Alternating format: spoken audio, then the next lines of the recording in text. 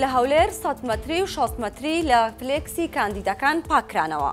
لە سلێمانیش لە دژی دروستکردنی خانووی زێدەڕۆیی دانیشتوانی توەسپی گرت بوونەوە. سڵاوتان لەبێت.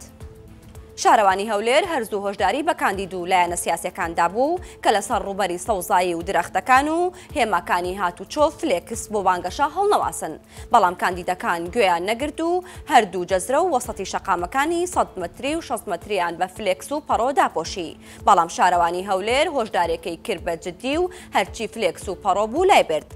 کارزان عەبدولهادی سەرۆکی شارەوانی هەولێر بە 964 ڕاگەیاند.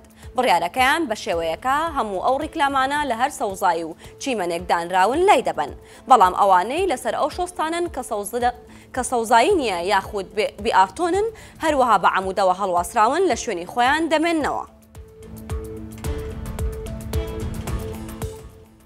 وا دیارە دانیشتوانی گەڕەکی تۆسپی شاری سلێمانی هەڵبژاردنیان بە فرسەت زانیوە و دەستیان کردووە بە دروستکردنی خانووی زێدەڕۆ، بەڵام هێزە ئەمنیەکان ڕێگریان کردووە و نەیانهێشتۆ دروستی بکەن.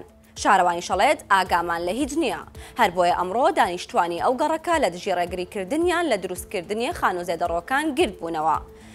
ئاری عەبدوڕەحمان ئەندامی ئەنجومەنی خانووی تەواو نەکراوەکانی توەسپی بە 964 وت هێزە ئەمنیەکان ماوەی هەفتەیەکە چاوپۆشیان کردووە لە دروستکردنی خانووەکانمان و ئێمەش دەستمان کردووە بە تەواوکردنی خانووەکانمان، بەڵام ئەمڕۆ هێزێکی ئەمنی هاتووە و ڕێگریمان لێ دەکات. وتیشی ئێمە دەست هەڵناگرین لە دروستکردنی خانووەکانمان لەبەر ئەوەی خەرجێکی زۆرمان کردووە، یان دەبوو هەر لە سەرەتاوە ڕێگریان کردبا لەسەر ئەو کێشەیەش 964 پەیوەندی بە زەردەش ڕەفیق وتەبێژی شارەوانی سلێمانی وە کردو ئەوتی بە هیچ شێوەیەک ئاگاداری ئەو بابەتە نییە.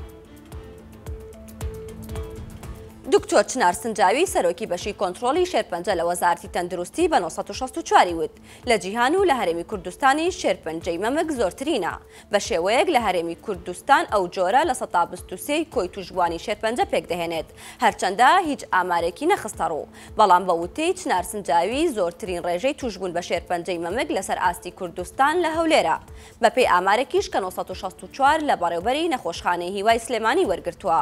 لە دەمانگی ئەمساڵدا 479 توشبووی شێرپەنجەیان تۆمار کردووە، لە کاتێکدا ساڵی پار لە دەمانگدا 415 حاڵەتیان تۆمار کردبوو.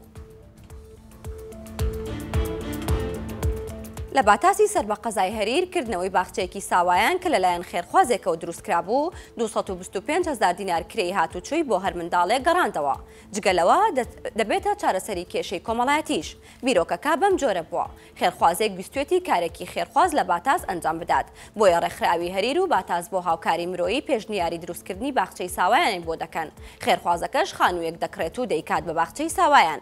مامۆستا قازی ئەحمەد سەرۆکی ڕێکخراوی هەریر و باتاز بۆ کاری خێرخوازی وتی کردنەوەی باخچەکە جگەلەوەی سوودی زۆری بۆ منداڵانی باتاز گەیاندووە، لە هەمان کاتیشدا کێشێکی کۆمەڵایەتیشی چارەسەر کردووە، چونکە ئەو خانووە کراوە بە باخچە لەگەڵ 4 خانووی تەنیشتی کێشەی کۆمەڵایەتی لە نێوان بنەماڵەکان لەسەر بووە و حیج زیان خراپبووە سەر، بەڵام کە ئەو خانووە کراوە هەر 4 خانووەکەی دیکەش بۆ خاوەنەکانیان گەڕاوەتەوە و خێزانەکانیش ئاشتەواییان کرد.